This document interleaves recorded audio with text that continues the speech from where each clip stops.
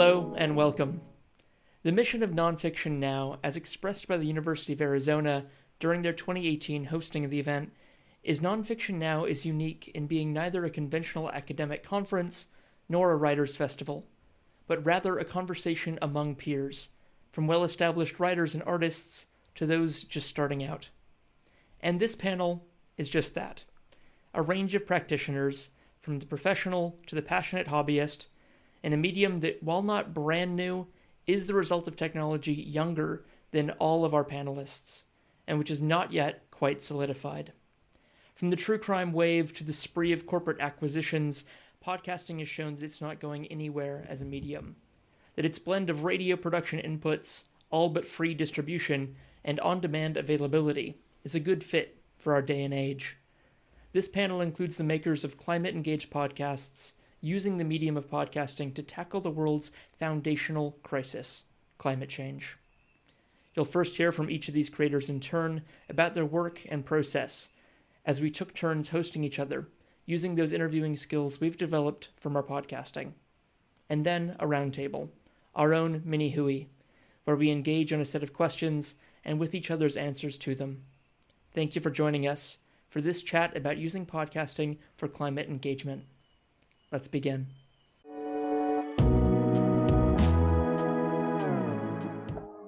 Hey, I'm Jess. I'm Ash.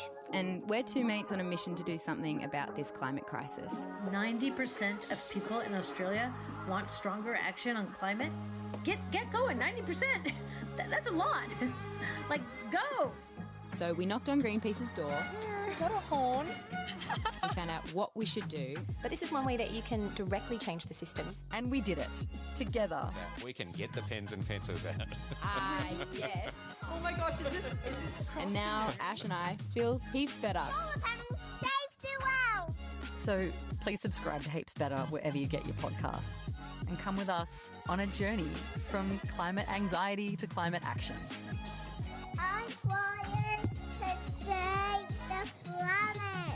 Because trying to save the planet is heaps better together. 3, 2, 1. And we're on. Well, thank you, Jess and Ash. We're here to chat about you guys and about Heaps Better, the podcast that you both brilliantly put together. So without further ado, I think we just launch into the first question. I'm curious, how did Heaps Better come about?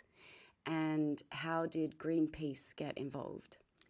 Well, Jess and I first started talking about making a podcast after I had posted during the bushfires in maybe a lot of distress about how little action was been taken by the government and what could we do, and trying to talk about this idea of maybe making a spreadsheet featuring all of the things that you could do and how long they take and how much they might cost you if there is any cost, and like trying to make it as frictionless as for people to do those actions as possible. So it initially started with this idea of a spreadsheet, but then Jess and I met up and realized that our powers are not in spreadsheet making. Our powers are in podcasting.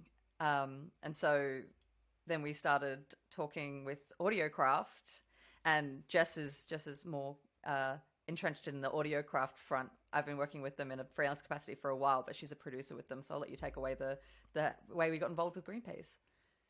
So Audiocraft's a production company, podcast production company that I work with, and they'd already been speaking with Greenpeace about working out some way of doing a podcast about climate action, and I think it all just timed really perfectly. But what Ash and I were feeling was that really wild anxiety of January 2020 in Australia. We're in Sydney, and it was blanketed with bushfire smoke, and we just had that. It was that feeling of like, this is really desperate, and there seems to be a lot of inaction. And what can people like us do? What do we do with our time? What do we do with our money? And you have a Google of it, and you get so much advice. So I think it was trying to combat this feeling of maybe futility and just a real desperate need to put this anxiety or this will to do something into action, but find out the most practical ways that we could do it, just as people. Yeah, and a lot of our friends are in the same boat. Everyone was wanting to do something but overwhelmed and didn't really have any kind of roadmap. And so we approached people who did have a roadmap and did have a strategy. So Greenpeace were incredible like that. I think they liked the idea of normal people, everyday people who weren't in the climate movement and climate engagement movement, climate policy, climate business, whatever it was. We're in the creative industries. We met at a community radio station, Ash and I, years ago. They like the idea of that message of being like, okay, what can everyday people, like, how can we get involved and how can we break down some of this maybe jargon or confusing science, stats, policy. And then they were incredible because they just opened the door to us and let us into their research and matched us up with a whole lot of experts in their team and helped us really understand. I mean, like Ash said, the Keep Cup thing before, one of the first things was they were like, no, guys, you're gonna be thinking of collective action and systemic change. And we were like, I remember we talked so much about the idea of the Keep Cup being so much guilt going into this like little thing like, the coffee cups. And that so much of our so much pressure's put on like us as consumers and individuals to be doing the right thing rather than these businesses or, these systems that are not set up right. And so there's all this guilt that goes into something as simple as recycling or a plastic bag or a Keep Cup. And so they were really fantastic in actually helping us to understand how they as an organisation work and how this kind of bigger systemic change and collective action stuff works.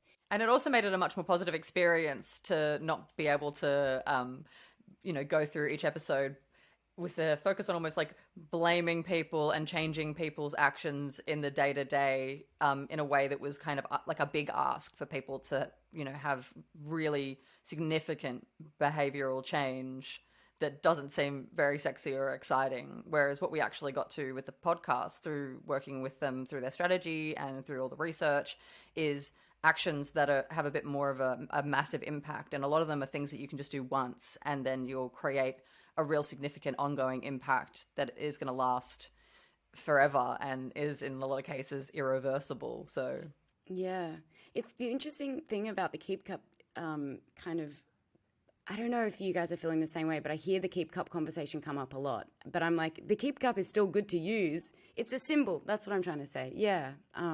So that spreadsheet that you guys made, did many of the kind of things that you had plotted down, that was kind of became the framework for Heaps Better, or did that kind of get thrown out the window and Greenpeace gave you a whole new lease on what you were going to do with the pod? Some of the things were on there because I think that we're all getting a bit more of a sense that changing our finances and stuff like that can have an impact because that's being pushed by a lot of different people. But a lot of things just fell down the to-do list because they had more of a focus on kind of consumer behavioral change. And at the end of the day, working with Greenpeace on this podcast and knowing what we know through their research and through their extremely knowledgeable and multifaceted team, it just made it clear that it was never going to be a worthwhile podcast for anyone to listen to if it wasn't going to focus on systemic change and how to get involved in that, because that's something that we can see doesn't really exist. Maybe we're blind to it in Australia and it does exist elsewhere out there, but we knew that we were going to have a short run for our first season and we wanted to sort of fill it up with as much actionable and kind of like, the first things you should do that have the biggest impact. And now we're going to tell you what that impact would be. And this is how that impact can grow. And this is how you are powerful, so that people could, rather than being like, oh, I feel bad, I want to change what I'm doing, how can I do better? They can just be like, whoa, that's such bang for your buck. That's such win for your minute. If I do that and it takes me 5 to 10 minutes, or if I do that and it takes me maybe like a breakfast with a friend to accomplish that, then I've made so much progress so quickly. And we wanted it also to be fun and to be something that you could do socially, because that, I think, gives the whole kind of set of actions ability to grow and be shared and to be demystified. And that was, it goes back to the original idea of making a spreadsheet, is just kind of removing friction and confusion and overwhelm from the process of getting things done. And so the whole first series follows things in a certain order that allows you to really kind of take orderly steps towards, basically by the end of the first series, if you've done the things that you were able to do, you should be feeling very freaking proud of yourself, you know, and feeling very good about your impact, because the impact is clear and tangible, and we know that it makes a difference. And we have experts like Simon Holmes at court, and, you know, financial experts and people from market forces, and, you know, all these great people who are able to quantify that impact. So it becomes a lot more exciting, because you don't feel like you're just kind of like, you know, dropping a drip in the ocean and being like, I'm doing my bit, you know. You actually feel like you're really, and then you feel excited to talk about it, because it's cool to know these things, you know. You see how the world works. Ash, one of the biggest things you said just then was the breakfast with a friend, which for us was part of maybe the thing that stayed with us from the spreadsheet, was that we wanted to have a way of understanding all this stuff. We were like, someone just needs to make this really simple and give us a straight, simple answer so that we can share it with all our friends and do it with all our friends. And we kind of hatched this idea over a series of coffee or some cocktails pre-lockdown, you know, our last espresso quarantini, I think it was. But it was this sense of, when we do these things with people like us and with our friends, it is so much more achievable, because you can egg each other on and you can help break things down, and like you can split up the work of, you know, you research this, you bring this idea to the table, and we'll come together and do it together. And it's even those kind of collective stories, that whether it's just a bunch of mates at a pub or at a cafe or at somebody's house for breakfast, or the parents from the school group, like the Albert Park Kinder Sustainable School Network. When people come together and have that group and that community to help give you some momentum, then you can actually get some really serious stuff done, even if it's just making a podcast, you know. Ash, you spoke about the most beneficial part for you was actually you were worried that it was going to be quite stressful going into it, but you found that digging into it and digging into the science and speaking to all these amazing people actually was most uplifting. That was like the most kind of rejuvenating part of it. I'm curious, just to round off, what has been the best nugget of wisdom that you've both learnt through making the pod? Totally. And I feel like maybe for me it was the interview we did with Annie Leonard, who's the CEO of Greenpeace USA, and she's phenomenal.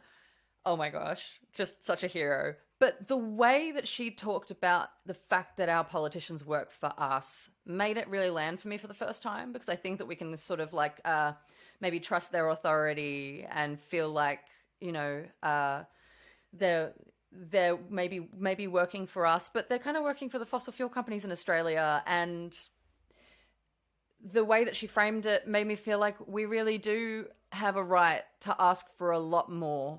And if it's going to be maybe somehow radical the way that we do that, it's valid. It's our planet, you know? So that stuck out to me. I think it's when Simon Holmes at Core showed us this graph that he'd made of the impact of shutting down one coal station being as powerful as shutting down our entire domestic aviation industry in terms of emissions reductions.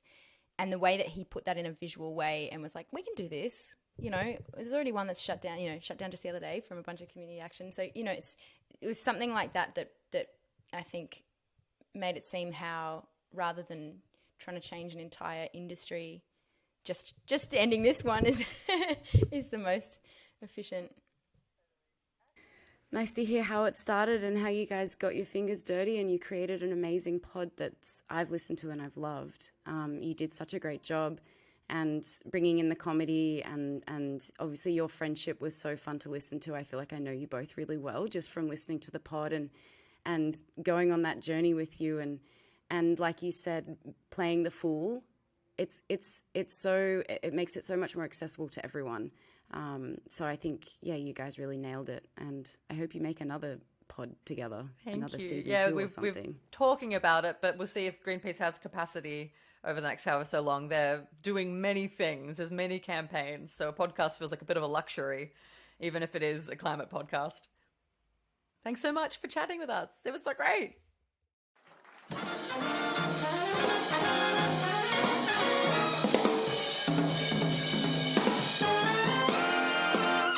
Hello and welcome to The Nature Between Us, a podcast for all your eco-inquiries and musings. My name is Tessa and I'll be your host. I'm an Aussie actress, a voiceover artist, and an environmental master's student. First of all, thanks for tuning in. It's super cool to have you joining me. Tessa, that jazzy intro to your show that you love, you're on tape as loving it and you never want to change it. Why is that there, and what do you love about it? I have to be honest. When I first made my podcast, I was like, what? Everyone has a cool intro song. And I went to a website that gave free music. And I was like, I like something that's going to be kind of like wake you up. And it was like one of the first songs that I found on this website that gave out free royalty-free music. And it just said Big Jazz, or it had some really funny name. And I was like, that looks like it could be a good song. And I just picked it, and then I fell in love with it. And you're right, I'm very unapologetic about it. Every episode in season 1 of the pod, I love it even more, and I joke about how I'm just going to slowly put more and more of it in, and there'll be no podcast. There'll just be the jazzy intro song. A woman named Gretchen Miller, who's actually finishing off a PhD to become a doctor in podcasting about environmental storytelling, it's cool that we're at that point. In her thesis, which is I'm looking forward to reading, it's going to be out soon, she talks a lot about how using natural sounds and the sounds of the natural world in podcasts is one place to put them, but just exposing people to sounds from the natural world kind of makes us connect to it more and have more of a relationship and a care for the natural world. And I'm kind of curious about if you agree with that sort of thesis, and if you would you add more natural sounds into the podcast with the goal of it being sort of reconnecting people with the natural world? First of all, I 100% agree with that thesis. One of my favorite podcasts is Off Track with Anne Jones, I think, and it's amazing. And they're like half-hour episodes, and there's a lot of nature sounds, a lot of birds, a lot of whales, a lot of everything. So many beautiful, amazing sounds, and it really immerses you straight away in the world of what the episode's about. And I think the first couple of episodes I ever listened to of that podcast was about lyrebirds. And so, of course, the lyrebird has such an incredible call, and it's so fluid and changes and mimics and everything. So, first of all, yes, I would 100%, having fallen in love with Off Tracks, I would love to include more noises and nature sounds and everything. It would just be a matter of me getting better at editing, and hopefully Laura can help me with that. Or people maybe can send in some amazing recordings, or I could go out in the field and capture them myself. But yeah, I think it's a really beautiful and easy way to immerse yourself in nature and remind yourself, because especially a lot of us live in urban spaces where we don't often hear the sounds of nature beyond a crow or a magpie. It's really something that I agree with Gretchen, that can immerse and connect people with nature. So, yeah. So you're an environmental master's student. That's one of the hats you wear, but of course you're also in film and television, you're in the entertainment industry, and I'm curious, from the environmental student side, how many people you had on in your first season, maybe how many people you're going to have on in your future seasons, is how many of those people you met or learned of through your course? Mostly, I would say no one really I met through my course, but definitely what I was learning through my course sparked curiosity that I wanted to focus on in future. So then I would kind of I did a subject on urban planning, and then I was like, oh, this would be great to talk to someone about sustainable cities. And of course, my partner knew Jess and was like, Jess Miller would be great. And I was like, yes, she would be amazing if she ever agreed to it. And of course, I'm so thankful that she did, because it's one of my favorite episodes. So yeah, I can definitely say that my degree and studying and being actively exposed to different topics and different kind of conversations and all of that sparked my curiosity and fed as a lot of inspiration for a number of the topics. But in terms of actually connecting with the guests, that was kind of more independently done with me searching them out, or someone saying, oh, who would be great would be this person. You should try. You know how it goes with finding guests. You just shoot out an email and hopefully they reply. Or I call it planting seeds. Planting seeds. Spread them yes. far and wide. And see what happens. Yes. Have any of those come from your other work in acting and in the lands of TV and film? They haven't. No, most of them kind of come from all over. Yeah. Social media is a great tool. I think quite a few I reached out to on Instagram and just said, hey, I'm making a podcast and I hope, you'd be interested, but I totally understand if you have way better things to do than talk to me about environmental issues. But everyone is so generous and lovely and giving, and yeah, I've been really, really lucky with receiving positive feedback and excitement to be involved. So, yeah. I'm really glad I asked that question because it's very interesting to hear that, your method of going about getting guests is the same way that mine was and every other podcaster I know. And it's like, we kind of have this picture that, someone who's on TV can just, have a Rolodex and people will line up. No, it's the same. You just, you write a long message and you hope that they read it. And yep. Yeah. Did you have, a person in mind or a type of person in mind for who you thought this podcast was for? Didn't have a specific person, but I did kind of have an idea of who I was trying to reach, and it's not an age group or any sort of specific demographic. It is really just that person who wants to know more but doesn't know how to go about that. And I know that so many podcasts are trying to reach that same person, which is great, and that's why they all should exist and we all should listen to them. But I suppose, that person that maybe would not, that maybe would be shy about asking the kind of entry level questions, that wants to just be I don't really get climate change, or I don't really understand what fracking is. And then to find an episode of The Nature Between Us that's all about fracking, which I haven't done yet, but would be great. To, just that breaks it down and in a kind of, an easy to digest way. So I guess, the person that wants to know more and wants to kind of be educated but not be made to feel guilty about their life, because, I do worry that sometimes that kind of information dump can be quite off-putting in a way. So back to basics, break it down, make things very relatable, and it's remarkable the lack of jargon and acronyms and insider talk in your show. It's very you step into the role for your guests as the friend at the barbecue who's very interested in what you're doing, what you've got to say, but has no idea about what they do. So there's no so do you know this term? No. Explain it to me like I know nothing. You hypothetically, someone who's willing to ask the head weather reporter for the ABC morning show what a cloud is. That kind of hypothetical. Real story. What's a moment from making the show that, looking back on it, that's meant a lot to you?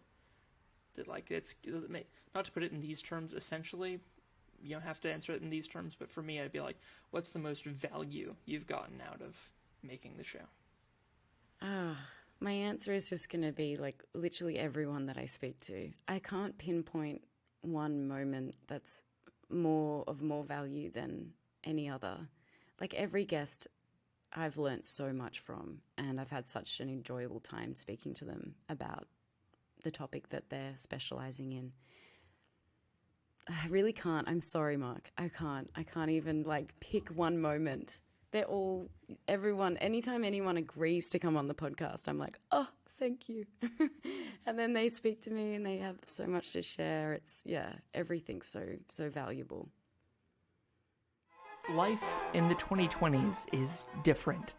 There's more masks, Hey guys, what's up? You different options for DIY at-home masks. less plane travel, more fires, more smoke, more coastal erosion. Of course, the sand does come and go, but again, I've never seen it like this before, not in my lifetime.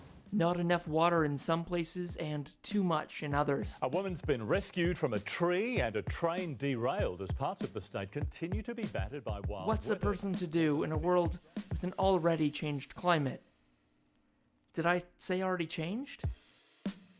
Yeah, and on track for much more change. Shifting baseline syndrome, a phenomenon of lowered expectations in which each generation regards a progressively poorer natural world as normal.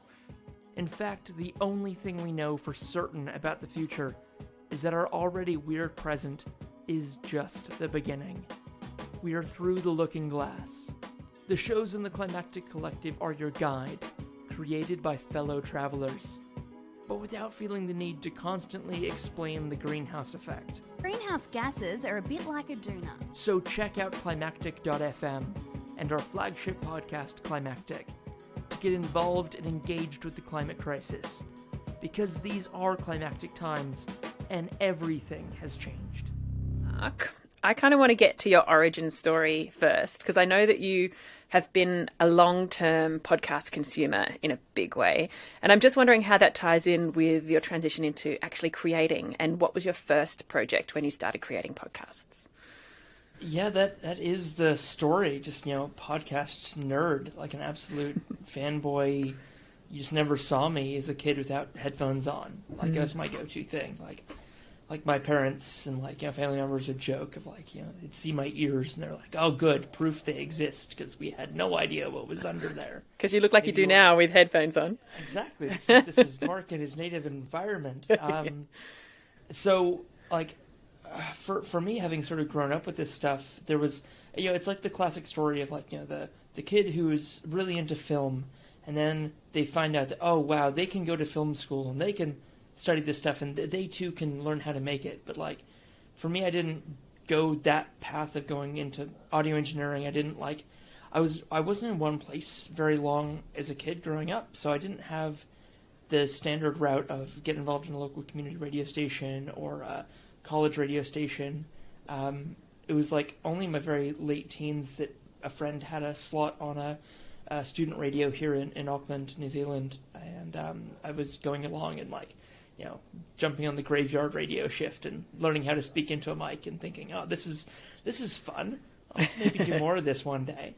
But it wasn't until my wife and I, now wife, we moved over to China and we were teaching English over there for a couple of years. And it was over there, I'm exposed to so many just cool stories and just so much sort of life is happening here in such a different way than I've ever experienced before. And my wife started vlogging about it. And I was like, oh, I should really start a podcast. So I started looking into it. And then I realized how hard it is to distribute a podcast from China because of the Great Firewall. And there's actually constraints. It's actually really difficult. So I decided not to. And I instead picked it up when we moved to the UK in 2016. And it was all, Brexit was all in the works, and everyone was in a furor about the EU, and I'm just I'm here as an American Kiwi kid, and I don't know anything about the EU or the UK or this common market or the history of all this stuff.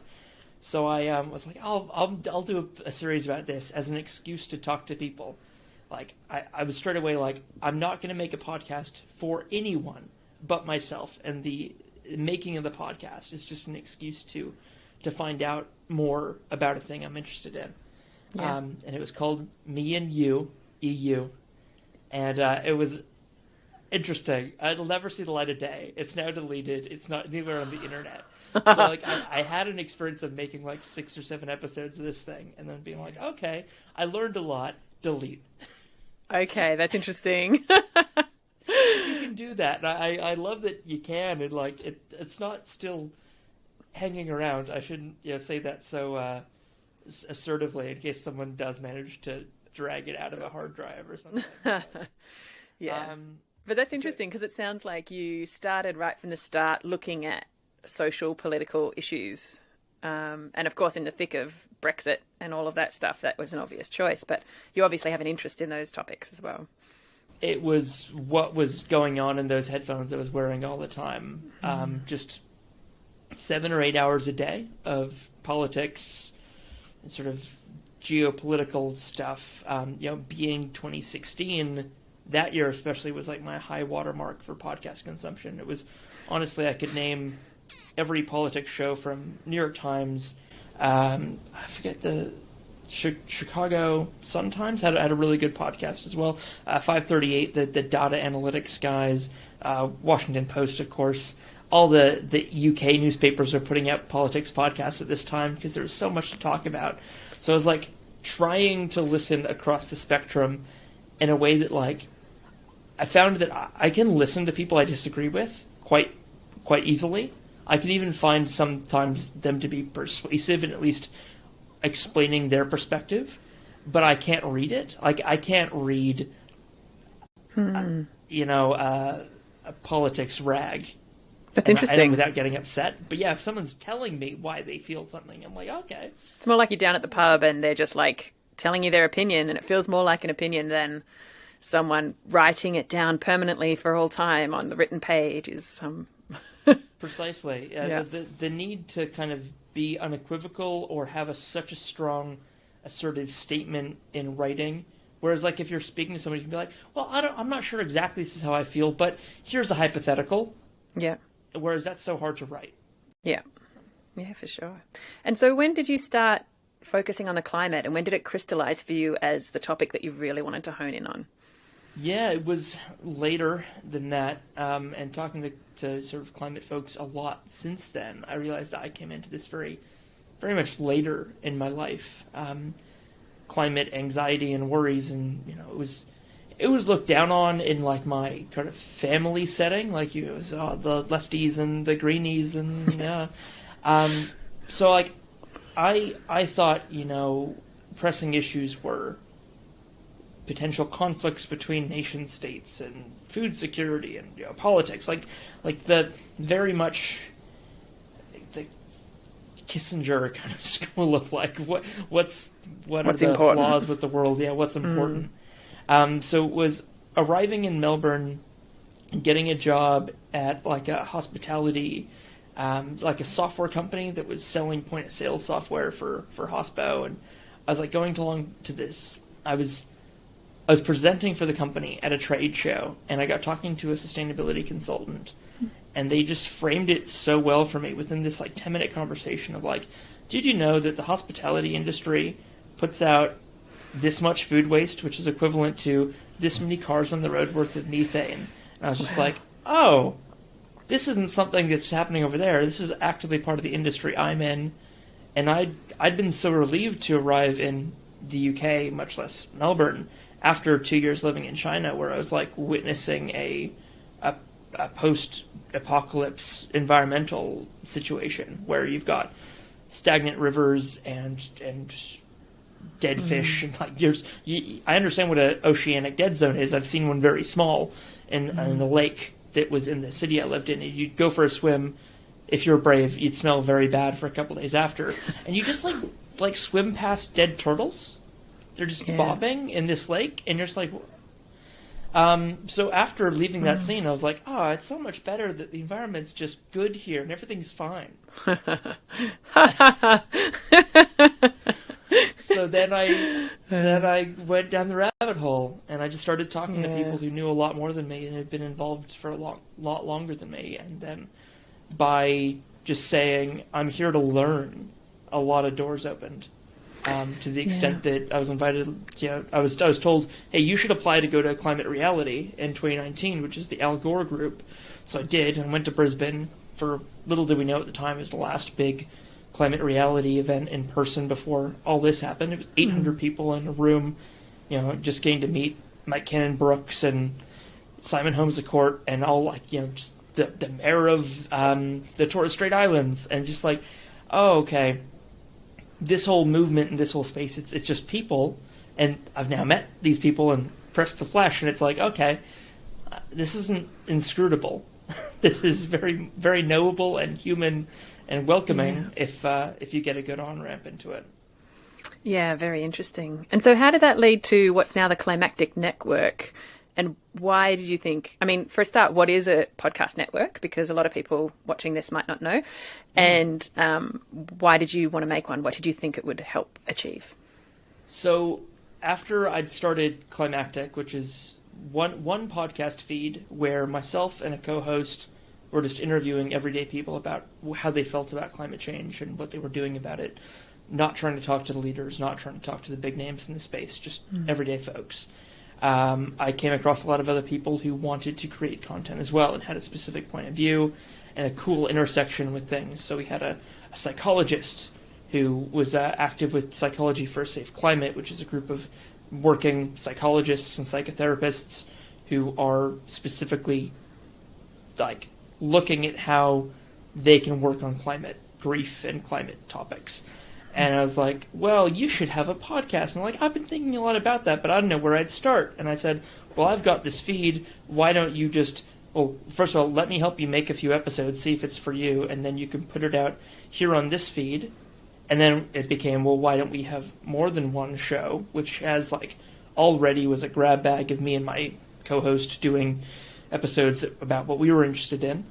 And that became 3, 4, 5 hosts very quickly as Climactic took on more things, and then I got a job at a big enterprise podcast host, basically like a book publisher, where like all of a sudden me being a publisher of more than one show and running a network, which I'll explain in just a second, was a good thing for me professionally in my job, and they basically just gave us, not to quote Fight Club to a great audience of nonfiction storytellers, but like we had corporate backing. We got, in-kind support. So a podcast network in a nutshell is, so you've got one podcast and there's a lot of jobs that go into running that show, much less scaling it up. And a podcast network is just simply economies of scale for the jobs that can be done by one person across multiple shows rather than each show having to have a different person do that role. What those roles are, what the shows need, depend on the shows. So if the show is selling advertising, there can be one person at the network who sells advertising space on those shows across the network. What it means in terms of Climactic is simply I kind of coordinate things and herd cats. I help shows promote on each other's shows. I help them come up with a good workflow for how to publish, how to check their analytics and understand what's working and what's not, and basically just centralize a lot of the tools and resources that people need to start a show. So is it just you mostly doing all that stuff, or do you have other people with different roles within the Climactic Network now? It's the team is contracted and grown. The team has grown and contracted over time. Currently, there's a couple other people who've helped me out with like guest publishing the Climactic show, which is basically a curation of what's going on within the network. What that means is every week we have a new episode out, but selecting what that episode's going to be from the shows on the network, introducing it, getting approval, finding out how to, like when to feature something at the right time for something that might be going on, relevant in the news. A couple members of the team have helped me out with that guest producing role recently, which is my first time actually stepping back from being the one to publish a show every week since April 2018. So I realized that was going on 3.5 years since I'd last had a break from publishing a weekly show, which is That's crazy. pretty hectic. That's a lot. Yeah. It became so normal. It just like became an hour of my Saturday of like, oh, okay, it's time to like find an episode and record an intro. And I got good at doing it fast, but it's delightful to wake up and actually like, what's going to be out today? I don't know. It's going to be a surprise. It was really good. We've had someone writing a newsletter, which has been really good. They've just recently had to step back. So it's feeling like 2022 is going to be like a new phase for Climatic, where you have to kind of rebuild and also come at it with maybe some fresh intentionality, because 3 years ago there wasn't a lot of climate podcasts. Now there is. So what are we doing other than just being a collection of climate podcasts? Because that's no longer unique or potentially valuable. Like, is it that these are particularly good climate podcasts? I'm not sure. Should that be it? And also, you started the network while you were living in Australia, and now you've moved back to New Zealand. And I know that for a while there, it was largely focused on Australian climate podcasts. And I imagine that would also be changing now that you're back in New Zealand and you're networking with different people and, you know. Not a lot of networking locally happening in the last couple of months because of lockdown, but it definitely was before. We were starting to build momentum. We definitely will be after. But honestly, my big, hairy, audacious goal for this is to have shows in Australia, in New Zealand, in Fiji, in Tonga, and Samoa, and it's so the Pacific region. Absolutely. So that's my name. Pan-Pacific. Pan-Pacific is the goal and the scope of what I'd love to achieve. Welcome to Saltgrass, a show about how local communities can engage with the climate crisis at a grassroots level. My name is Allie Hanley. In this episode, I'm speaking with Rob Law, Executive Officer of the CVGA, or the Central Victorian Greenhouse Alliance. We're going to be talking today about alliances and collaborations between local councils, and I promise it's not as boring as it sounds. After years of careful and persistent efforts of the CVGA, they have been instrumental in helping over 13 councils in Victoria come together. As ever, before we begin, I would like to acknowledge that Saltgrass is produced on Jarrah Country. Jarrah Country is the traditional home of the Dja Dja Wurrung people, who have been the custodians and caretakers of this land for tens of thousands of years. Always was, always will be Aboriginal land. Salt of the earth. Salt.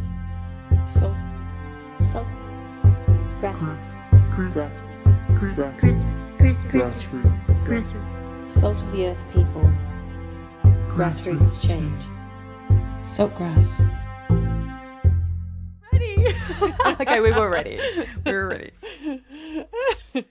So, this is very exciting because I've been listening to your podcast a lot.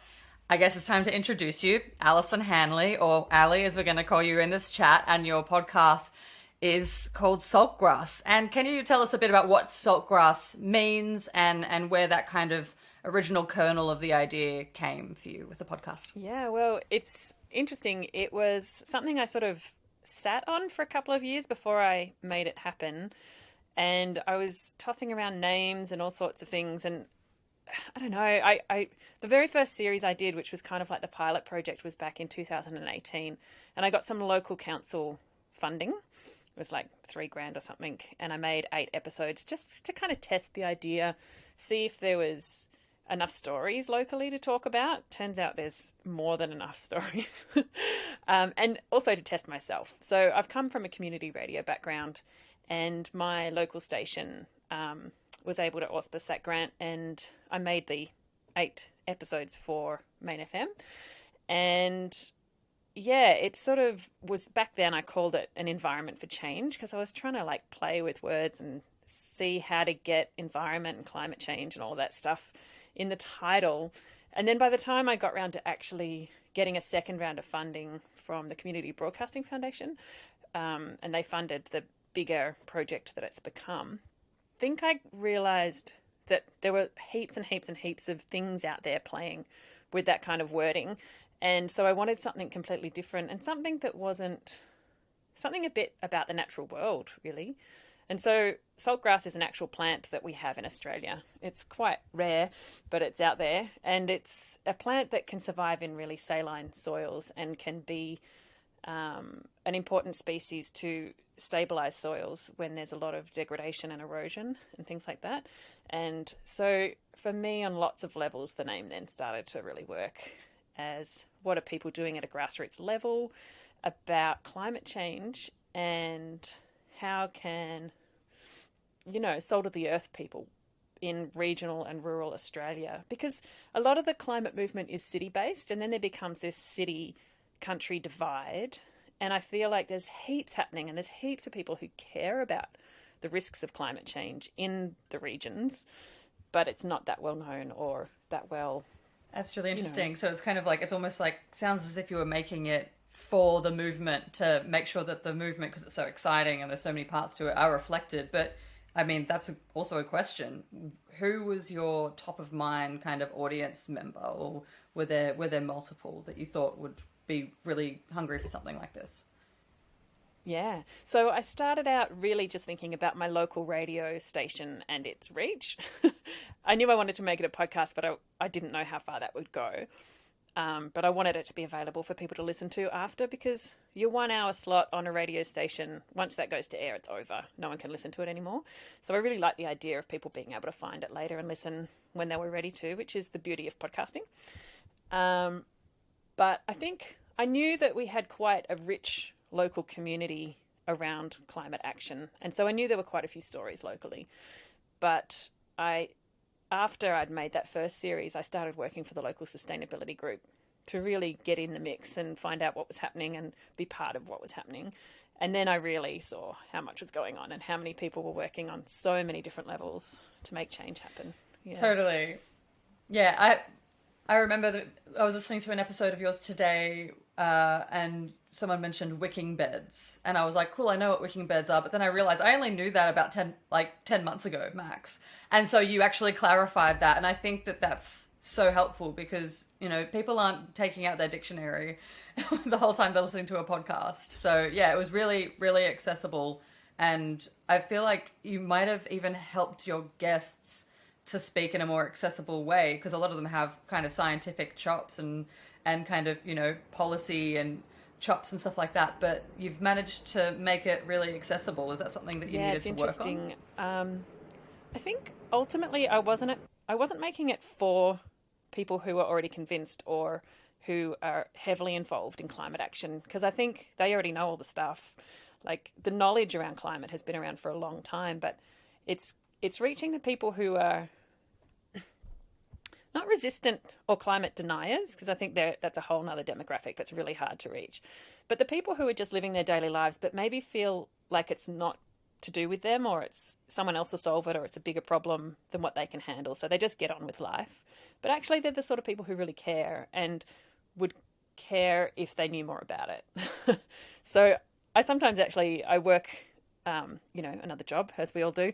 And I often think about my workmates and what we just chat as we work, and so I often hear their attitudes and their feelings about things, and I think about them when I'm making an episode to try and explain it to people who don't know all the stuff. So sometimes you've really got to give the context, because people who know it, often there's a little bit of jargon and there's a little bit of, shorthand. Yeah, exactly. How do you, especially when you have guests who might be quite qualified to talk on a certain subject and may bring with them a lot of jargon because that's the world they live in.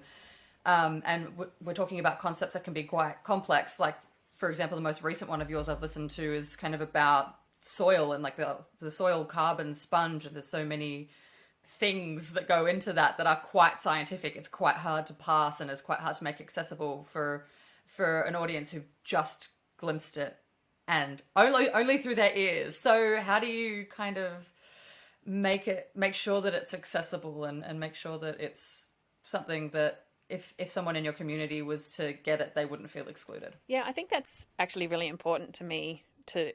I've always been the kind of person who doesn't like to be exclusive or elitist or use language that isn't, I don't know, it's always just bugged me, but when people do that. But I think with Jess, I was very lucky. Jess is the soil expert you were talking about, and she is a science communicator. So I think part of her job is to explain things well. But I think I do always just go back to thinking, as someone's talking, I might just cut in and say, oh, so what's that about? Just trying to always remember who could be listening, who might not understand. And if you talk about too much stuff, that like one or two things could get by and people will keep listening. But if you're constantly talking that way, anyone who doesn't understand it all will just switch off because it's meaningless to them.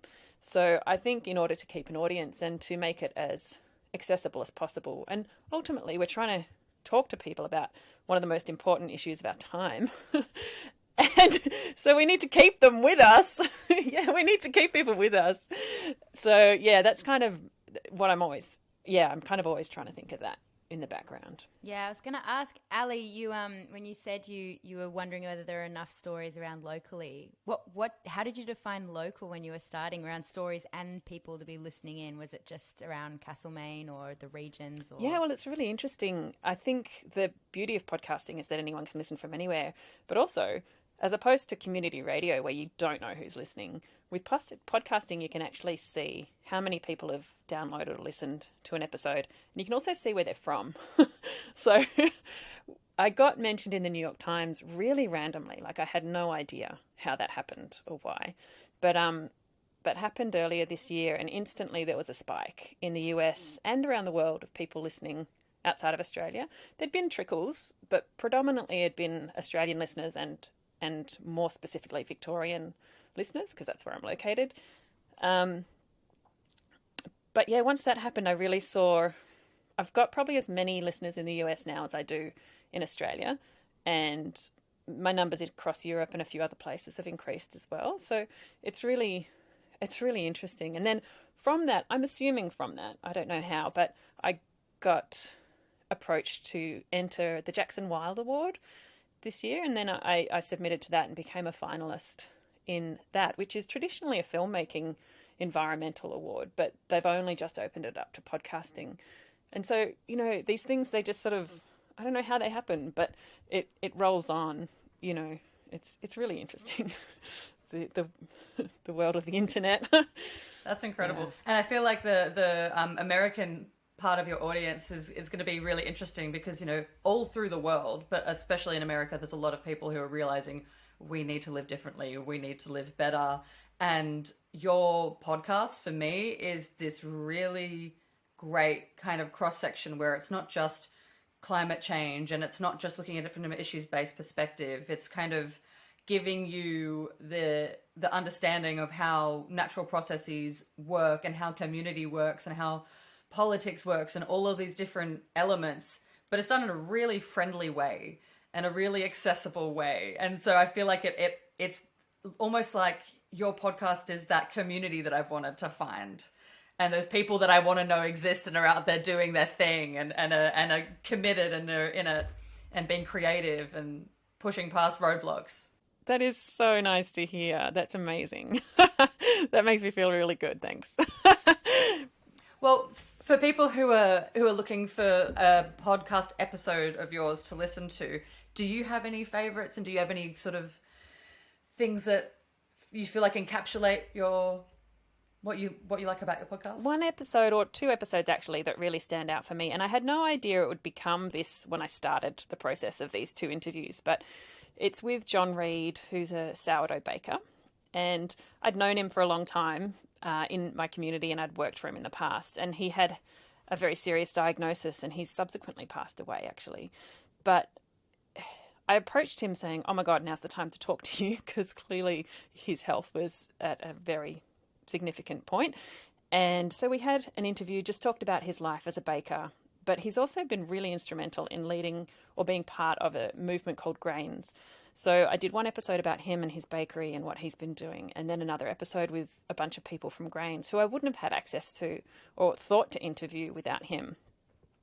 And I think that those two episodes together really, because a lot of people talk about, how to live more sustainably, how to not subscribe to the economy as it is, but develop alternative economies and things like that. But a lot of it's really theoretical, but he's been living it, and those guys are all living it. And for me, it made it really real, and it made me really believe that it's actually possible. So on a personal level, as much as I talk about this stuff all the time, a lot of it's theoretical, and a lot of it's like, what we need to do and what we should all be doing. But these people have been living it, and It really gave me hope. Awesome. Yeah. Well, in that case, we'll leave it with a thank you. Thank you so much for making the podcast, and thank you so much for making the time to talk with me and Jess today. Thanks.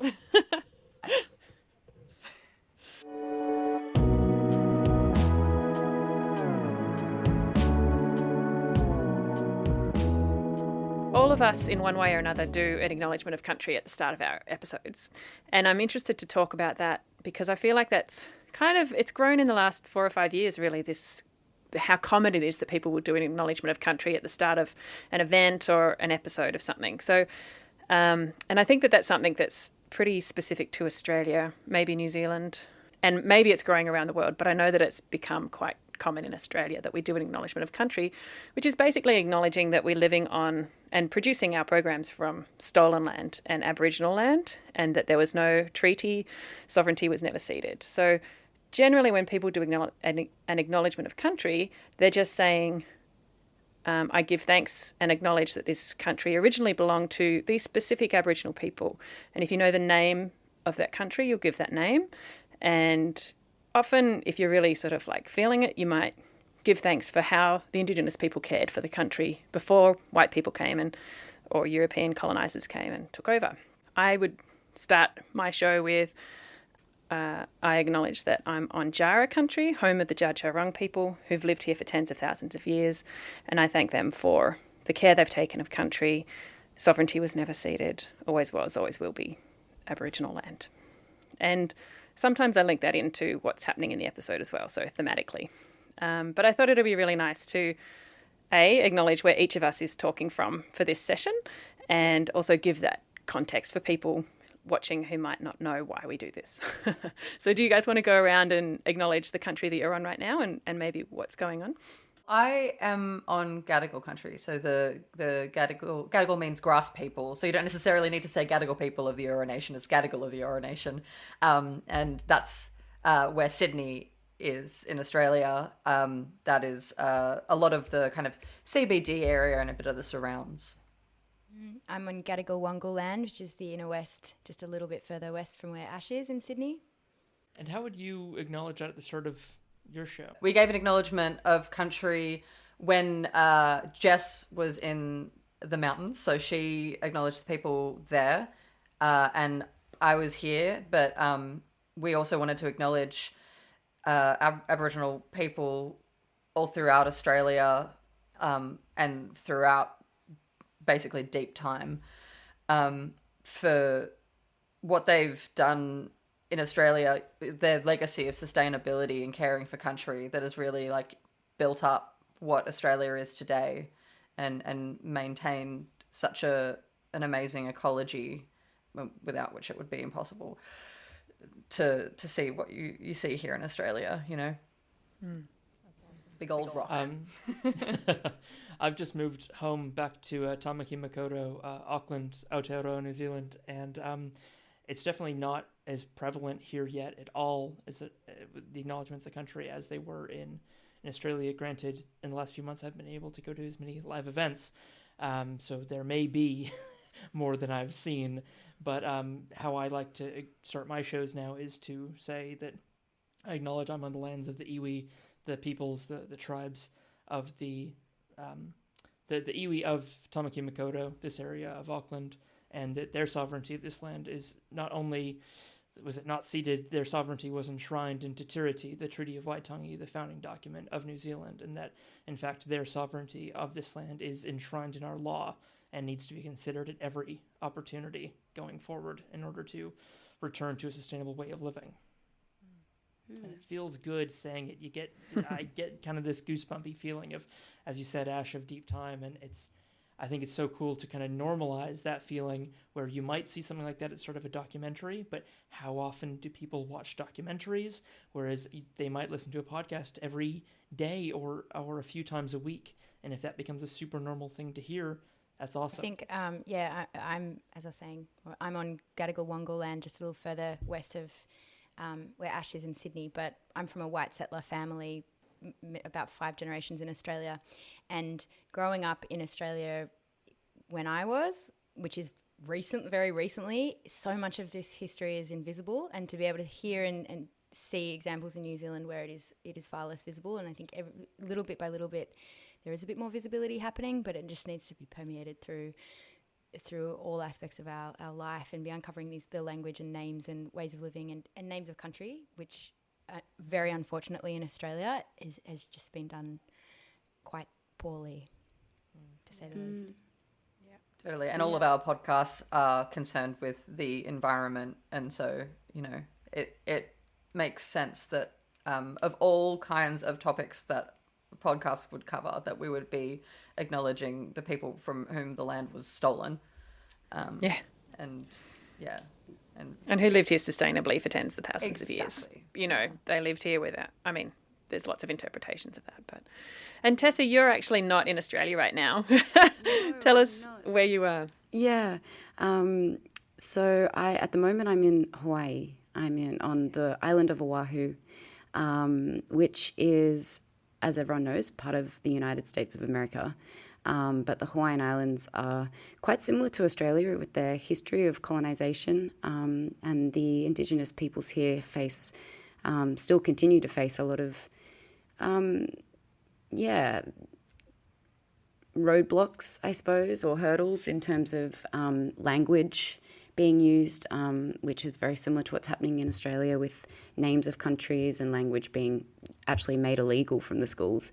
But I'm not sure if acknowledgements happen here. I haven't seen one, but I've been to a few blessings, which have been nice. But I will say mahalo to the Aina, which is land, and to the Moana, which is the ocean here in Hawaii, and give my thanks to the beautiful Hawaiians that I've met so far. On my time here, I'm here for work, and they've really incorporated me into the aloha spirit of Hawaii, and they're just such beautiful people. And with my podcast back in Sydney, I pay my respects to the Gadigal and the Bidjigal people, which is along the coastline of the Sydney area. I agree with you guys. It's of utmost importance to acknowledge the history of Australia and the Aboriginal people who have literally kept the environment so happy and healthy up until the point of colonisation. So you wouldn't, have a conversation about the environment and not acknowledge and involve them. So I also really, just before we wrap this build up, I really see us Westerners with our European cultural heritage, if we could understand and start to become in tune with some of those Indigenous perspectives on how to live with land, I think that's actually our way forward. It's not just backwards looking, it's forwards looking to acknowledge Indigenous worldviews. Yeah, important not to treat Aboriginality as an historical fact. It is a contemporary reality. So to start us off, I want to pose this question to the four of you. And that is, as climate-engaged podcasters, how we think about this medium we work with, of podcasting in particularly, of sound, and with trying to get our audiences into the headspace where they can think about the natural world and engaging with it, and in the face of a specifically nature interfaced topic of climate change. How do you approach using natural sounds in your podcast? Is it something you seek to do, you want to do more of, you're happy with how much you do? How do you think about that topic? Shall I jump in? Yes, those beautiful bird sounds that come out of your podcast. Well, I really appreciated the conversation, Mark, when you and Tessa were talking about that in the intro to Tessa's show. And I was thinking about how I hadn't really been conscious of introducing it, but I had just instinctively included natural sounds in my show right from the start. And hearing you talk about it really helped solidify why I do that. But I actually did it kind of unconsciously. And I do go and collect samples of sound. If I'm interviewing a person and it's on a particular topic, I will try and catch atmospheric sound. And my home studio is like, I've got the garden right next door. So often when I'm recording, there's just birds in the background anyway. But so for me, so far, it's been kind of incidental. But my intro, the music that I play underneath the intro to every episode, has my partner actually put it together. And he is an ecologist and he loves nature in all its forms. So he went out and captured some beautiful bird sample sounds and then put it together with some mellow music. And that just lays the groundwork for every episode and creates kind of a mood, which I really appreciate. But yeah, I think it's nice to think about bringing nature into such a tech kind of thing. And you don't know where anyone's going to be listening to you from. They could be on a train in New York City underground, or they could be, somewhere else. And especially as Australians and New Zealanders, I think a lot of our audience, like we might get more people listening from elsewhere in the world, and that the bird sound or whatever context of this place is actually kind of beautiful and unique for them to listen to as well.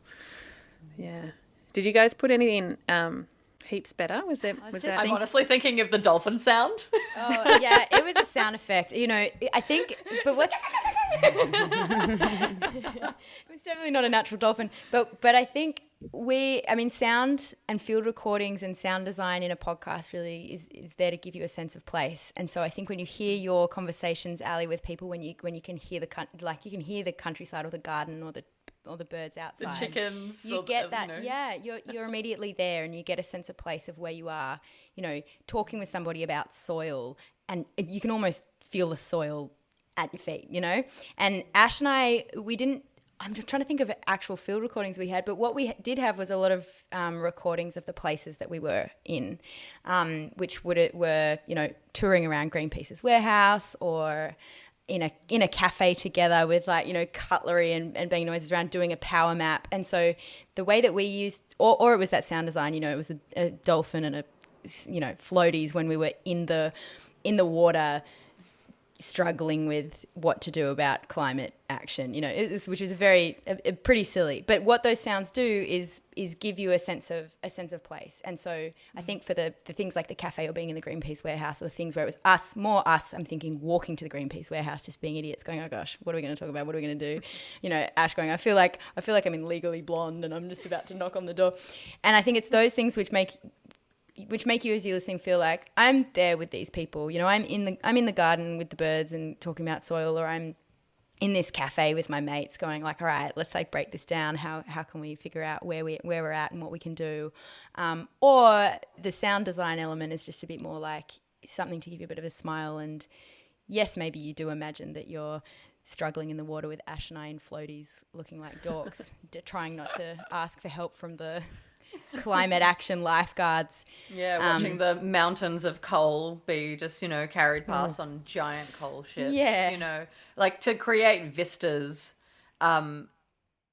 it's helpful for us in what we're doing to get a sense of scale of the problem, and, what people are up against, and the fact that people are going up against this stuff anyway. So, in this example that we're using with the coal ships is this amazing guy from Fiji, was Samoa, Fiji, Fenton Lutunatabua, and he is basically dangling and watching all of this happen, and he's standing up to it, and so you can kind of put people in the shoes of an activist who is doing something really incredible, and rather than simply just talk, just create a visual.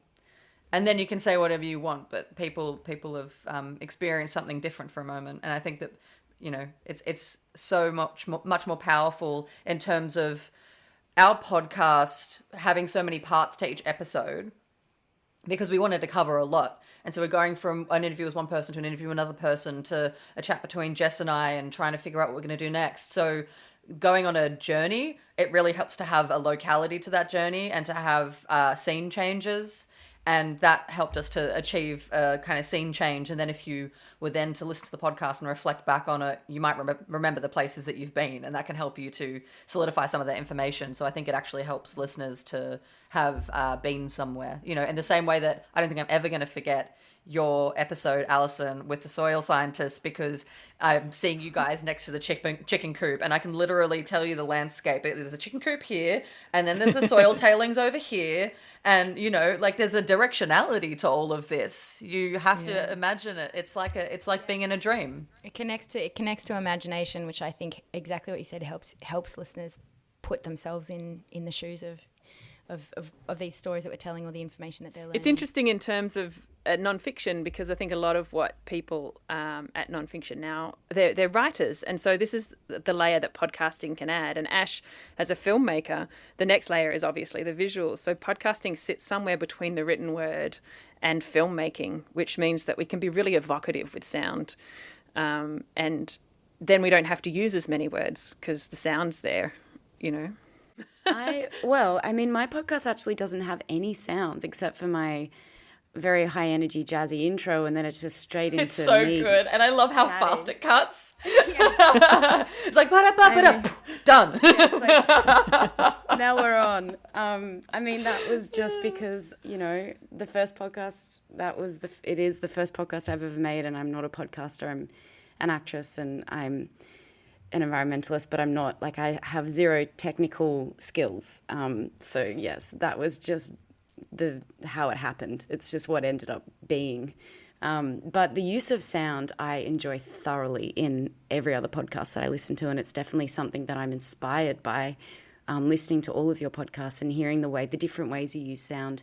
Allie, the beautiful birds and the kind of nature sounds, and then Ash and Jess, I feel like I sat at the table with the CEO of Greenpeace and his kids. I imagined that, and it was during COVID, and you said you had the COVID screen, and there was all of the kind of hustle and bustle of a family kitchen table, and I felt like I was there. I feel like I'm part of their family now in some kind of weird capacity. So yeah, it evokes so much, and it's so clever, and it's something that, for me as a first-time podcast maker, I didn't think about because I didn't have the skills, and I was only recording via Zoom, so I didn't, go outside and record anything. But it's something that I'm so excited to work with moving into season 2 of The Nature Between Us, because I can see now how much it gives to the listener through the narrative and place. And like you said, it brings emotion in, and that makes you kind of connect to it more. Tessa, there's another side of the sound, which is your voice and you as a regular host, and a personality that we get to know when you listen to a podcast like yours. And it's, you very intimately got, your voice coming into our ears, and podcasting's a very one-on-one intimate format. And when it is a podcast like yours, the sound of your voice is the thing that we become really familiar with, and we get to know you, and we also get to know you as not somebody who's and the same, Alison, I think the same a lot of us, who's not somebody who's working within the environmental climate movement, but who's an actress, you've got your day job, which is in a completely different thing, and you're interviewing and connecting with all these people who might be performance artists, or they might be bakers, all these different people who are in their own realms, their own ways, doing something and connecting in and doing it in their own way. And I think that's a really important part of the sound, because you get the intimacy of those human voices, and you can connect to, even if it's the imagination of, oh yeah, it's like my local baker or my mate who's a nurse or an actress as well. So I think, what do you think about the importance of citizen journalists, or of people who are sitting outside of the environment or journalist or media sector, and people like us who are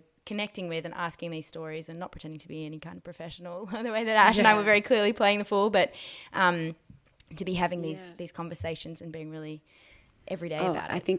I think it's really interesting personally, because it kind of feels like you are getting a little look behind the curtain in a way. Certain podcasts that are a bit more, I had a friend who told me that his podcast, they don't cut out all of the kind of all the kind of mishaps and the someone's goes off topic, or someone walks into the room and la la la. And I thought that was interesting, and he was explaining that it was because the listeners actually, their podcasts have been going for a long time, and I'm probably getting off track here, but basically it made the listeners feel like they were getting a look behind the curtain. So it was less of a polished, here's our presented podcast on a platter, everything's been polished like everything else you kind of consume on media, and more of a warts and all, this is us, just it's as if, like Jess and Ash in Heaps Better, it's as if you're sitting at the kitchen table and you're eavesdropping on really interesting people having a conversation. But to go back to your question, I think it's wonderful that we have the capacity, someone like me who's got absolutely zero background in making a podcast, I somehow managed to make one. So that literally means anyone can make a podcast and go out there and put it in the world. And hopefully someone will listen to it and go along the journey with you, because having the humility, like you guys said, to play the fool, I think is really brave. To be like, I don't know what this means. I'm going to ask the question, and I'm going to publicize that and publicly say, I'm confused about this facet of climate change, or I don't really understand what fracking means or whatever, whatever it may be. So yeah, it's pretty exciting that we have these platforms that are so accessible, and technology is so easy now. Well, it's really interesting, isn't it? I think it is sort of accessible to everyone, but then it becomes like there's so many voices. You get people, it's sort of like that bubble where you could get to listen to people whose ideas are the same as yours. And like, I'm not trained as a journalist, and I don't think any of you are professionally journalists, but we have just come in and followed our interests, which is wonderful. But at the same time, no one's fact-checking us or the people we're talking to. And I find that a really interesting dynamic, because there are podcasts out there that have completely different points of view and millions of listeners. And you see this with the alt-right and the sort of spirituality movements and all this sort of stuff. They get so many listeners, and they're often linked to businesses that they're making money by selling courses or whatever. So podcasting can be used for good and evil. And I guess as citizen journalists, I think the other side of that is that we often feel so stymied by like the Murdoch media and who has power over what gets told to people. And podcasting is really liberating in that way. You have your own platform. No one's going to tell you what to put out there. So it goes both ways. And I wonder, Mark, if you've got an opinion, because you've done a lot of listening to political podcasting and news in general. Like, what do you think about this sort of balance? The multitude of voices, the sheer number of perspectives that you can find through podcasting is great. So you can find, in the politics realm, you find, I'm going to pick a name out of my hat, Dominic Raab, who was like the UK's financial, economic secretary, whatever the term is for the UK, a few years ago. And I would have listened to maybe 50 or 60 interviews with this guy, Dominic. But he's being interviewed by such a wide variety of different hosts, all with different levels of background expertise and sort of reasons, what they're trying to get out of him. And you can't help, I think, but that's why politicians are very good at this, right? But you can't help but, when you're the subject of such a wide variety of questioning, to kind of let slip who you really are, and make your best case sometimes and your worst case other times, and say things you didn't mean. And it's just awesome having such a wide gamut and such a wide menu to choose from. And the fact there isn't fact checking and there isn't yet arbiters or gatekeepers in place in this space, it's interesting, it's scary, it does lead to some bad outcomes and also some good outcomes. And it's like, we've got this weird moment where at the moment, podcasting is now big enough that you don't have to explain what it is anymore to anyone, but it's not big enough that there is these checks and controls in place yet. So who knows if that's going to be the case in 5 or 10 years? Probably not. But for right now, it's powerful and uncontrolled. So that's rare in the media, and it's cool that we can all play a part in that, and we're all trying to do good. I think even people who do bad think to themselves they're trying to do good most of the time, but I think we're all trying to do good. So that's it's an open field. So I hope people at Nonfiction Now are going to take away that, it's here and it's powerful. You can use it. I mean, I have to caveat on off the back of Heaps Better. It's probably one of the podcasts I've done where there was some pretty rigorous fact checking. It really was. Go through quite a lot of rounds of getting it right. Putting two people who were openly saying, we don't know a whole lot about this and we're going to find out, and making sure that we found out the right thing, or stuff. Portrayed the right stuff. Totally. Right. We had a lot of eyes across it because it wouldn't have been good for Greenpeace to have us be like, oh no, I don't know what I'm talking about. Okay, everyone should definitely do this. This is a good thing to do. And then it's like, actually no, that's a total freaking waste of time. Don't tell people to do that. It wasn't a podcast by Jess and Ash, though. It was a podcast by Greenpeace made by you two. Yeah.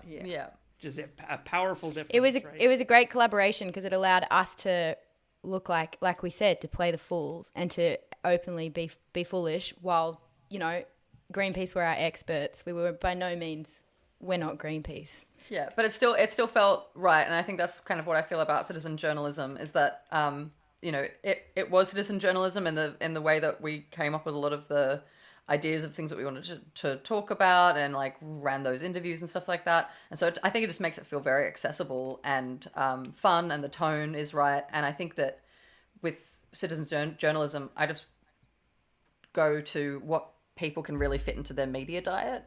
And people don't want to be, on the hard news all day, every day. And they don't necessarily want to be on the long form all day, every day. So we tried to think about where something like this would fit into people's media diet in order to, make sure that the relevant audience would have space for it and be getting the kind of tone that they need from it and the level of entertainment and information that they can handle from it. Sometimes I feel like maybe the information, there was just like so much, but, Climate change is all about what will happen in the future. And as much as we've got amazing science supporting lots of projections, there's, and working at the sustainability group, I had a committee of management there who I could sort of fact check with, but actually at committee meetings, they would often have really different opinions about what would be effective and what needs to happen. So there is still, as much as there's a lot of really well-established climate science and a lot of really well-established information about what needs to happen around climate, there's also a lot of different opinions, and a lot of people want to emphasize different things, It's not straightforward. Report in different ways. I mean, that's one of the questions that we were going to explore, is the types of climate reporting. So you've got human stories, you've got solutions, problems, activism. You've got so many different ways of telling these stories.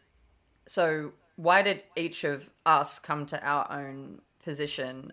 And Tessa, we might start with you. So how did you come to decide on the format that you really wanted for the climate reporting? I think purely just from a place of my personal curiosity and of ease of getting it out there. I don't want to say I'm an impatient person, but I do prefer like doing something and getting it out there. Like I felt like I had some urgency. And so I think for me, just having a conversation, just kind of warts and all, and popping it out onto the internet and making that accessible and, editing it in a way that it was still succinct and not waffly, and that I didn't really take up too much of the conversation. It was more about, inquiring on a specific level. Each episode there's kind of like a theme that you kind of trying to demystify or like understand deeper or, but I mean, like I said, I don't come from a podcasting background, so it kind of also for me just seemed like the easiest way to get started and to get the podcast going. And I love podcasts that are just long form conversations. One of my favorite podcasts is called Water People Podcast, and it's Lauren Hill and Dave Rustovich, two professional surfers who are also environmentalists, and they're calming and they're long and they kind of meander, and I find it relaxing. So I think I gravitated towards that because of my lack of editing skills and sound design skills, but also just because that's what I enjoy, having kind of long conversations, and I enjoy listening to long conversations. Yeah. I think mine's quite similar to yours, Tessa. I actually started thinking, I need to make it dynamic. My first few episodes you'll hear, I've got segments, I've got like audio intros to each segment. I was going to have a recycling tip, everyone. I was going to have, oh my gosh, action that's things. So familiar. This sounds very similar to what Jess and I were saying at the beginning. It's like, okay, cool. And then we're just going to have this segment and then this segment and then this segment. Yeah. But actually, I got exhausted and I couldn't do it. I just couldn't actually keep up with an episode a week doing all these different segments with different people. And I ended up also just realizing that it made editing a lot harder. It made the show kind of choppy, and I think with more skill I could have done it better. But I ended up, I think similar to you, Tessa, I just feel like there's a lot of angst, a lot of anxiety, and a lot of, it's hard to get people to listen to climate stuff anyway because it's difficult to hear. It's difficult to think about our own lives and how it makes us feel that we're collectively facing a future that's out of our control. We can't be like our parents who, if you go to university and get the job, everything's going to be fine and you'll retire at 70. We can't rely on that. And so people are already stressed out about climate and the immensity of all the things you need to consider and all the things that seem out of our control.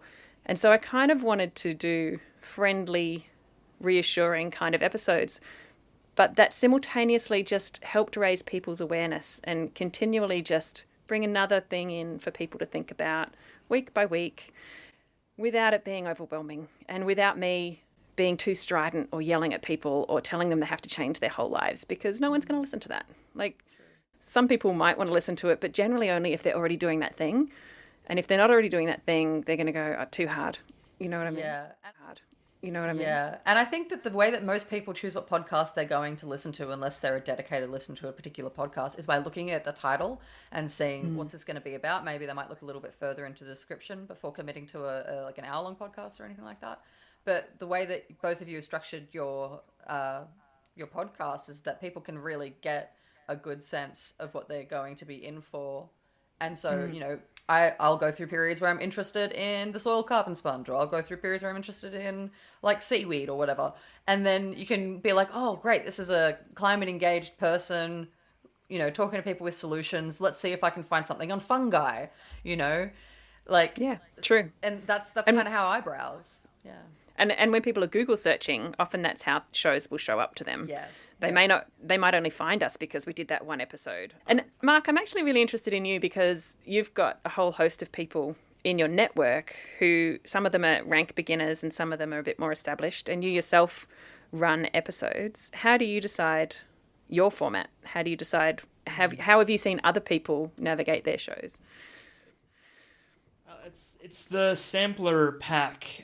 So when Climactic started, it was very much a lot like Tessa's show, where it was an interview show because that's where my skill level was at. And I knew I was kind of starting on easy mode, and I was going to ladder up from there, where I very intentionally wanted to talk to everyday folks, have chats with them, just able to be me, just curious about what they were doing, and really inspired by everyday people taking action on climate change, and then edit it just enough that they sounded as good as they could. So like you get rid of the gaps, you get rid of the indecisiveness, the moments where they don't know exactly what they're going to say. And then all of a sudden, the person who was nervous about doing an interview, and I was always so grateful to people in the early days who were like, because we got this thing in Australia and New Zealand we all know of tall poppy, and people are like, they can be locking on to coal ships on the weekend and they don't want to speak to you with a mic in your hand because, who are they to speak? I'm not the leader of some group. It's like, no, but you're the most inspiring person I know, so just talk into the mic, please. And I wanted them to just hear themselves as the articulate, passionate people they were, and sort of get rid of any of the gaps or the moments where in daily human speech we don't sound like people do on podcasts generally. And I wanted to make sure it sounded like they were a person on a podcast, not being interviewed on the street and just put out unedited. What that became is like we tried to do an audio magazine, we tried to do a bunch of segments, and it was super ambitious and it fell over after a couple months. But one thing I kept to was the schedule of we release something every week, just because I'm as a listener, I'm a huge fan of consistency. When someone says they're weekly, by God, they better be weekly. So we've been weekly for 3.5 years. Wow. That's so amazing. Yeah. Yeah. And that means it's no longer me. It's not my content, you know. Like, I give the credit back to the people I curate. But what we are in format is like, I want to listen to something that's climate engaged. Here's a feed that has something every week. And it might be from the Climactic Collective Network, which probably is going to be an interview-based show. Sometimes it's not. But it might be an episode from something else out in the world that I've gone out and said, hey, can I feature that here, please? Can I expose you to a new audience? And they'll say yes, generally, because that's how podcasting works. You're not... The whole medium is time-shifted. You're never battling for the same slot as anybody else. Point about how podcasting is maybe different to other types of journalism. When I'm thinking about my listener, I really know what switches me off from a show, from a podcast, and stops me listening. And I know there's this huge discussion there's two sort of camps within podcasting of the super loose, real time, whatever happens, you don't edit, you hardly edit at all. You might fix your levels a little and then you put it out there. And that's really great for some formats. And then others are very tight very well produced. Some podcasts have got teams of like 10 people working on different elements of it. So it's vastly diverse in terms of quality and what the product is that comes out. And as you said, Mark, there's no time. Like, coming from a community radio background, you have your time slot. And for me, that works because I need a deadline. I absolutely need a deadline. I made one for me because I needed one too. And my show still goes out on community radio, so I have that weekly deadline. But I know that podcasting in general works best if you stick to a regular schedule so that your listeners know, okay, on a Tuesday I can download the next episode of such and such. What does podcasting offer that's unique and awesome? Accessibility. I mean, you can make a podcast if you've got, $300, you can cobble something together. And keep cobbling something together. I feel like I have to jump in as a podcast producer and say, like, don't undersell yourself. Like, that makes me nervous when you say that, because I feel like you can, but you don't. But like, yeah, one model is just a dude FaceTimes another dude, and they turn on. I love that you're bringing this up, because I think that it's very valid. It's not that you're going to make the best podcast in the world with $300. It's that you can start putting content out. And that means that you can just start. Free. You can You can start making a proof of concept, even if you you just want to figure it out. I know a lot of people who talk about making this podcast and they have this great idea and then they get intimidated by like thinking that it needs to be a certain way. And honestly, they would have already made it by now if they had just started working with what they had and learned that way, and it would progress so much faster. I mean, it's very different if you're going to something that's production heavy. It's very different if you're going to be working with a team. It's very different if you're going to have any kind of sponsors or anything like that. But, a lot of people just turn on the Zoom chat and they record it much like we're recording this now. Yeah. There's little P and big P podcasts, and not all podcasts are produced by people who are podcast producers. Some people are just having a chat and giving it a crack, and they can then become capital P podcast producers down the track. But yeah, like, don't get so stuck by indecision you never try anything. There's free hosting and free tools, and the reason phone calls sound bad isn't the microphone in your phone anymore. They're incredible. It's your bloody telco provider. Yeah. You've got all the tools you need right now. Everyone does. And give it a crack. And also, like, as we were saying before, there's no gatekeepers. You don't need to get it past an editor of a magazine to get published. You don't need to get the approval of so-and-so and such and such. Like, you can just put things out there. And that can be good and that can be bad. Like, I think some people then feel completely lost about how valid they are. Like, some people need the validation of an editor to say, yes, this is worthy, or can you edit that grammar a bit? That's helpful. But you can just put stuff out there. Like, Tessa, how much experience did you have? Like, had you done any audio editing before ever? None. I edit my self-tapes, which is like an audition that you do and you send the tape off if you can't get in the room. But absolutely no audio. So, yeah, I have GarageBand on my Mac, as everyone does. And, I just watch a YouTube video. Huh? It's a good bit of kit. It's honestly, it's all you need. It's great. Yeah. I didn't even have this Rode microphone. Yeah. Honestly, I think the couple of interviews I didn't even have headphones on, which now I know is like the biggest no-no in podcasting. I've got these cool big headphones because I want to fit in, but I had no experience at all.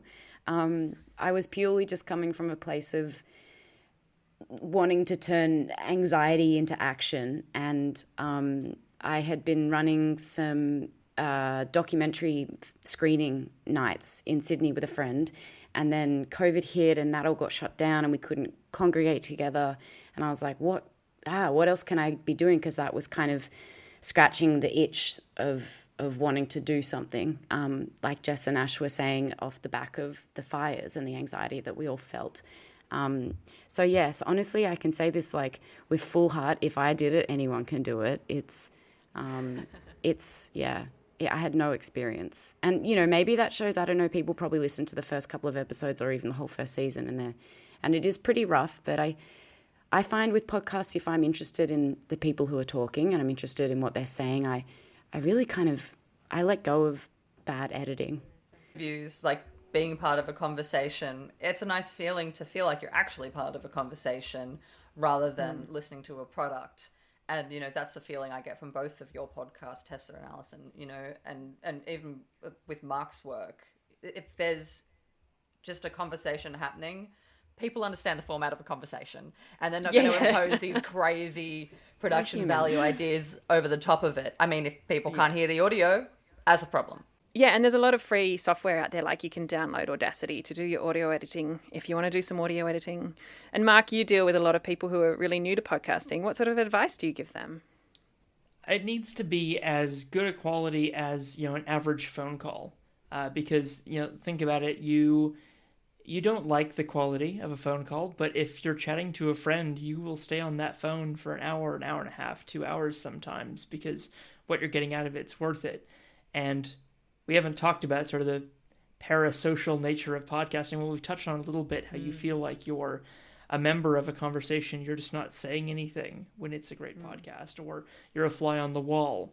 So I guess we have touched on it a bit, but I'd say worry about quality second. I just want to quickly say on Tessa's podcast, like the quality is absolutely there. It's very listenable. And I was worried I was becoming a bit of a podcast snob when I just realized that, oh no, there's just some sound quality and random sounds, like Ash said in episodes, that make something unlistenable. And it's okay not to listen to something you physically can't listen to without pain.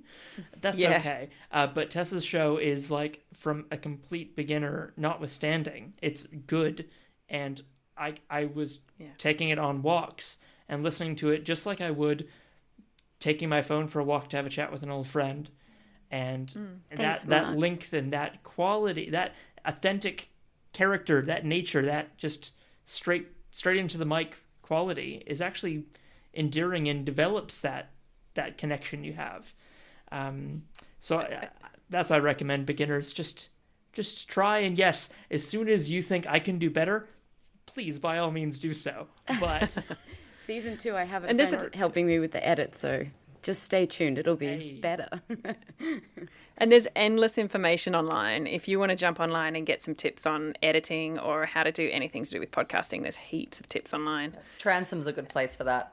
And I think also that thing you were talking about just then, Mark, is so true. And it's specific to podcasting. Like when you're reading a magazine or an article in the newspaper, or you're reading something on your computer, or you're watching a movie or the television, you're locked into place.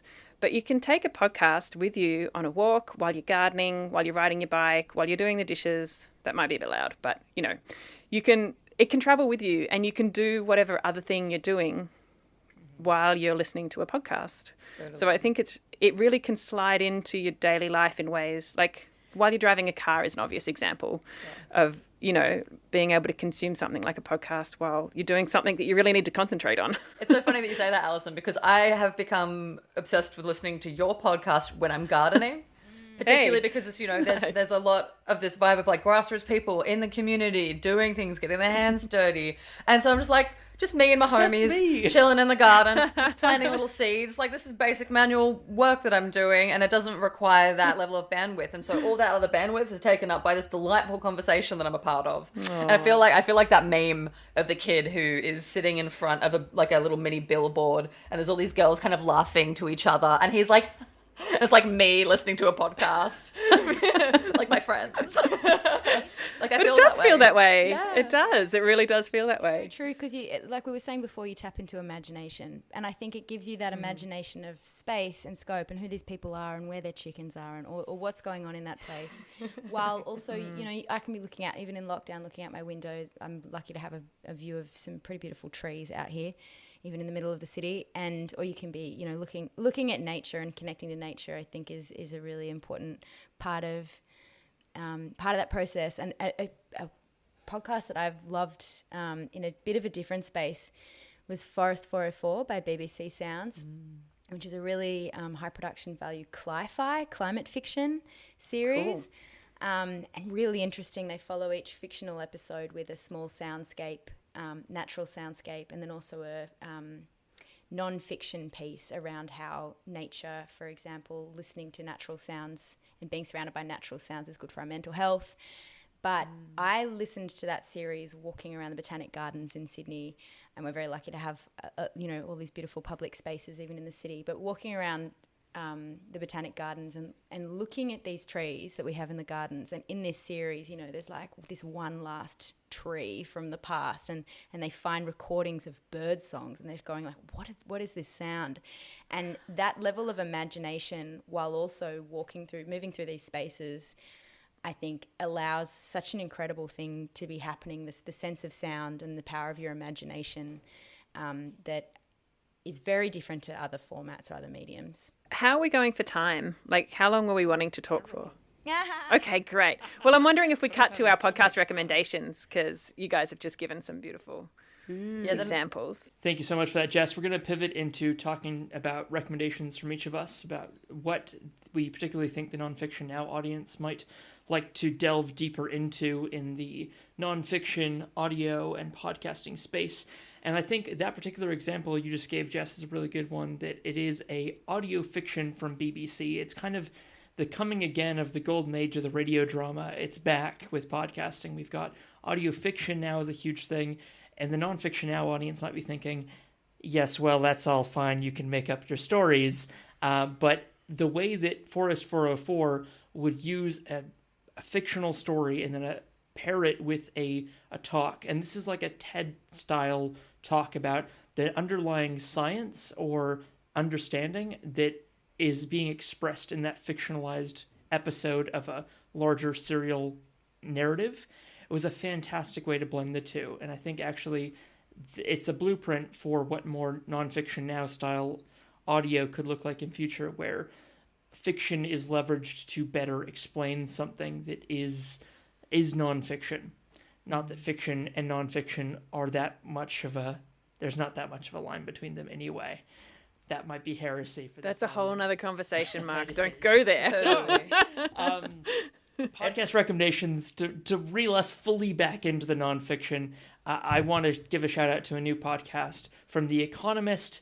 It's very dry. It's very boring.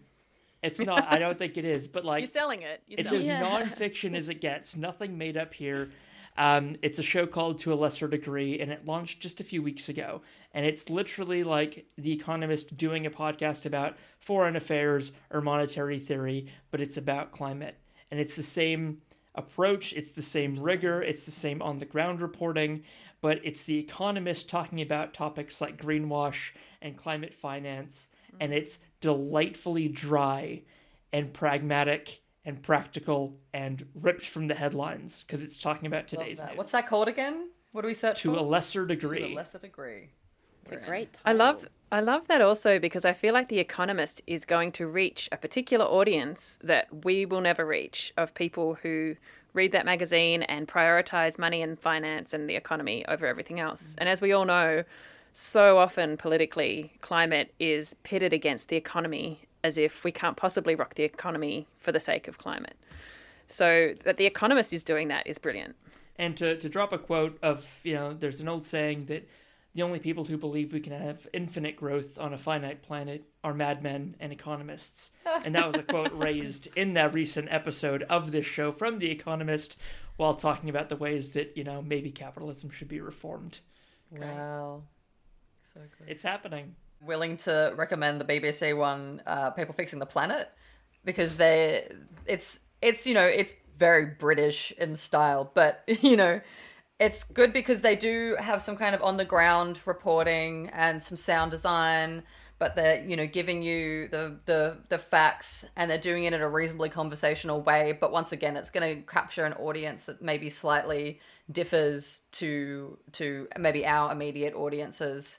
So it could be, like my mum would probably enjoy listening to it. They're quite on the ball with getting stories as they're coming up in a sort of like trendy way, like when seaweed trends or when fungi trends, or and then finding really cool people, because with the BBC they have the ability to do that, to find people that might otherwise not be found. I've got one that's come out of Africa, which I heard about through the Jackson Wild Awards, which is a really cool American sort of awards system for filmmaking largely, but they've recently added podcasts. And the winner this year of their inaugural podcasting awards was called Guardians of the River.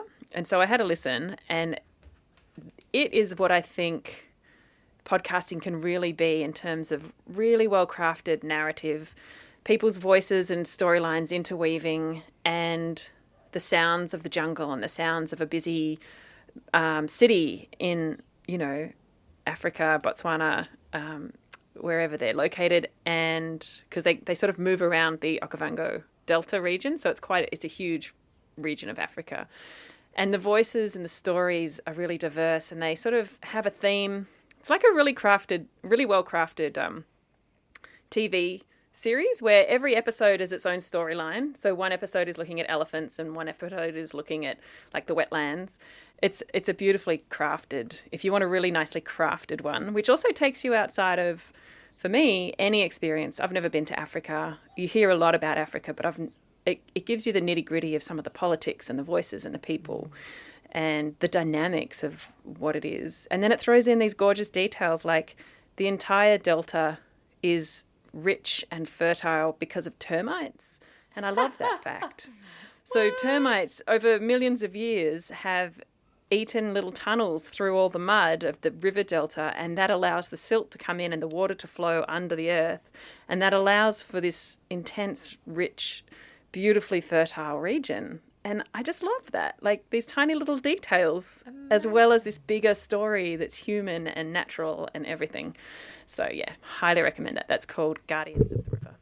It's a podcast called Water People podcast, or Water. Initially the podcast is called Water People Podcast, but then there is a sub podcast called Watershed Chats, and it's not specifically about climate, but it's about ocean and water and people that connect with water. So it's hosted by two surfers, Dave Rustovich and Lauren Hill. So there is a lot of surfers. I'm a surfer, so I connect with that on like a personal level. But I find that these conversations that they're having with all of their guests, it's kind of long form, ultimately end up tapping into environmental issues. And, there is kind of the larger conversation of climate change that is there, but it's not so on the nose, which is one of the reasons I really enjoy the pod, because it's quite relaxing in a way, because you're hearing about dolphins and you're hearing about, all these kind of like very relaxing, like interesting stories or anecdotes or facts. A lot of scientists and really clever people are on the pod. So that's my recommendation. But the Watershed Chats are a little bit more science focused, so they're great as well. Yeah. I understand we've got, as a final recommendation, to go full circle, back to Jess. Yes. Also, Mark, you can edit this out for time if you wanted to stick to BBC Sounds. The last podcast that I want to recommend is fairly recent. It came out mid-October 2021 this year. And it's a 3-parter on the Guardians podcast called Full Story. The series is called An Impossible Choice, and it's voices and stories from families and communities in the Pacific looking at how climate change is literally changing their way of life in their villages and their homes, and the very human aspects of climate change and climate justice. I want to thank you all so much for your time on this panel. It's been great. For Alison and I, the great privilege of asking the three of you to come along. You've all said yes, and that's just great. And it's been so much fun doing this over the last couple months. It's a shame we can't all be in Wellington together to present this and take part in the rest of the Nonfiction Now community, but I'm sure that the audience of this, if they have any questions about podcasting and audio, and especially, for climate engagement, our details will be findable in wherever they're watching this video, as well as our podcast and everything. But I just want to thank you all so much, and thank you so much for having us. Yeah, thank you for having us. This has been so nice. Yeah, it's just so nice. I feel like, I don't know, this is how I feel when I listen to your podcast. I'm just like, oh my God, these are my people. Yay. Yeah, I know. It's really nice. It's been great. Yeah. And it's been nice for me to connect with other podcasters. Yeah. Yeah. So thanks everyone. Thanks Mark. Thanks Allie. Nice to be a part of it. Thanks for involving me, a newbie. Now you're not a newbie anymore. You're a professional. Oh, really? Yeah. I got a big P. Yeah. Yeah. Yeah. Run with it. If you publish an entire season of your podcast with no previous audio experience, you too can join a panel for nonfiction now. Oh, incredible. Yes.